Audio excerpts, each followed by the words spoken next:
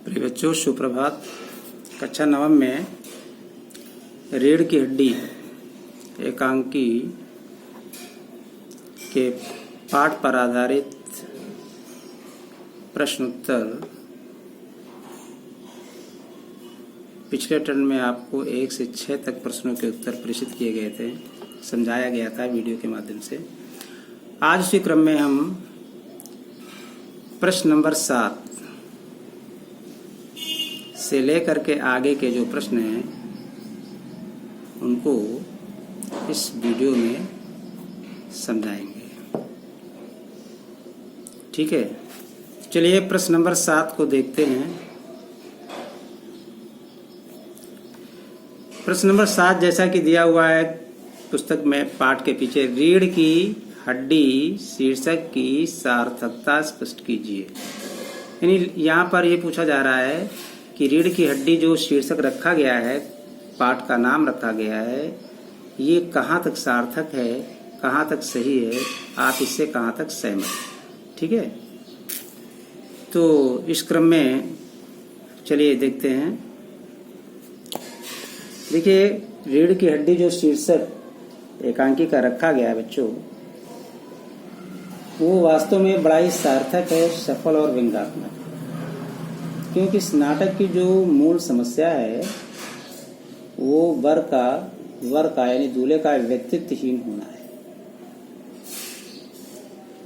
यदि शंकर समझदार और व्यक्तित्व संपन्न युवक होता तो उसके पिता गोपाल प्रसाद जी की इतनी हिम्मत न होती कि वो एक सुशिक्षित बहू के स्थान पर अनपढ़ कम पढ़ी लिखी बहू लेने की बात करते। ठीक है,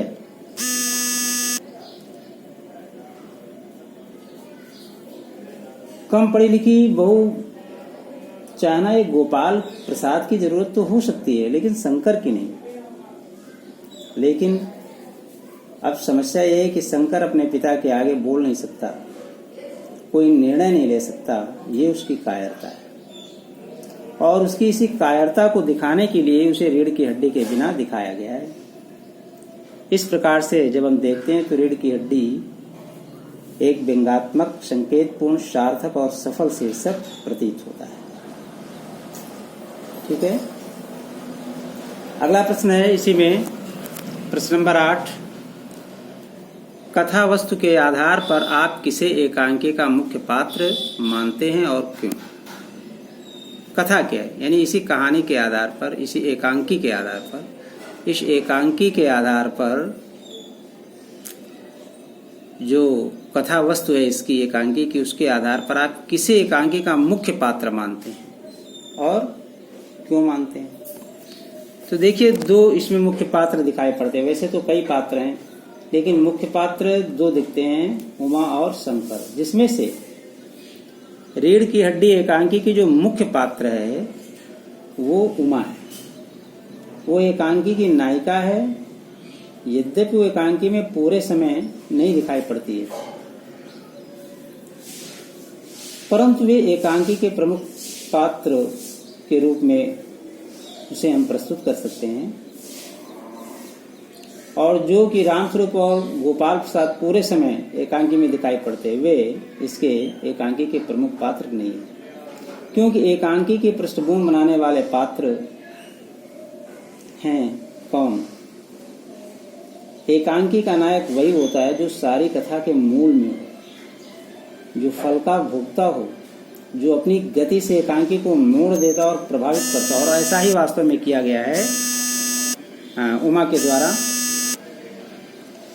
रीढ़ की हड्डी के मूल में शंकर और उमा 2 पात्र हैं। सारी कथा इनके विवाह के इर्द गिर्द बुनी है।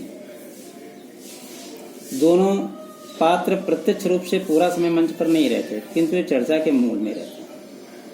ठीक है ना? उमा तो चमकते हुए सूरज की भांति एकाएक जब वाद विवाद करती है तो अंधकार को छिन्न भिन्न कर देती है तथा गोपाल प्रसाद और शंकर को उखाड़ कर रख देती है। वो थोड़े समय के लिए ही एकांकी में आती है, लेकिन पाठकों के चित्र पर अपना स्थायी प्रभाव जमा पाती है। तथा एकांकी की कथा में एकाएक मोड़ ले आती, इसलिए हम उसे ही इस एकांकी का प्रमुख पात्र कह सकते हैं। ठीक है ना, उमा को ही प्रमुख पात्र कह सकते हैं। चलिए अगला प्रश्न इसी में देखते हैं बच्चों। एकांकी के आधार पर रामस्वरूप और गोपाल प्रसाद की चारित्रिक विशेषताएं बताइए। अब इसमें देखिए चारित्रिक विशेषताएं बताना है, तो रामस्वरूप जी की पहले हम रामस्वरूप की चारित्रिक विशेषताएं बताएंगे निम्न बिंदुओं के आधार पर। ठीक है,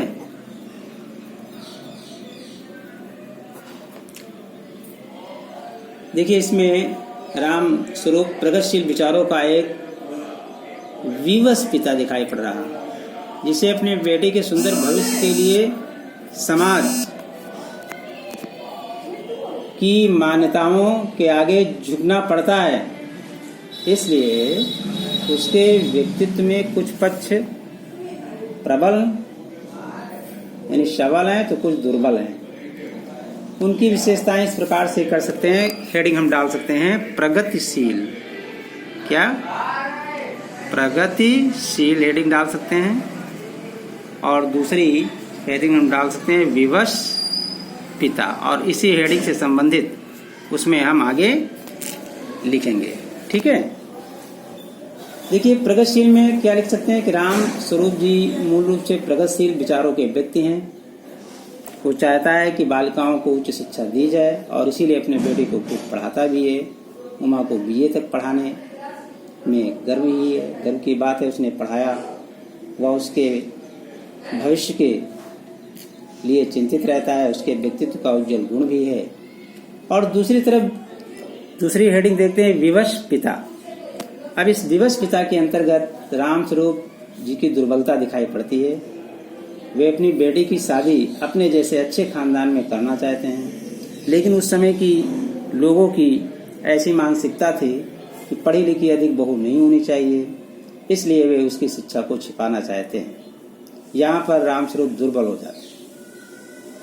वो गोपाल प्रसाद जैसे लोगों का तिरस्कार करने के बजाय उनके अनुसार ढलने की कोशिश करता है, इसलिए झूठ भी बोलता है, उमा से ढोंग भी करवाता है, और गोपाल प्रसाद की जो उल्टी सीधी बातें, उलझुल बातें, उनका समर्थन भी करता है। तो ऐसा नहीं करना चाहिए। ठीक है, चलिए आइए गोपाल प्रसाद जी की चारित्रिक विशेषताएं में। गोपाल प्रसाद,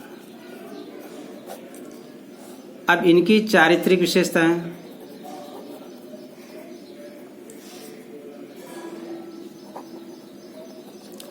इनके चरित्र की जो विशेषताएं आपको बताना है। ठीक है, गोपाल प्रसाद की चारित्रिक विशेषताएं। अब इसके आधार पर हम लिख सकते हैं कि बड़ बोला, क्या है? बड़ी बड़ी बातें करते थे। ठीक है, और क्या हेडिंग डाल सकते हैं? चालाक,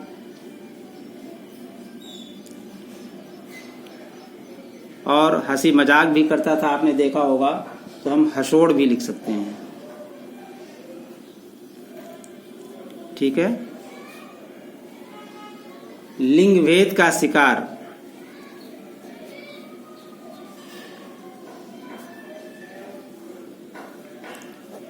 ये निम्न बिंदुओं के आधार पर हम इसके चरित्र की विशेषताएं, गोपाल प्रसाद जी के चरित्र की विशेषताएं लिख सकते हैं।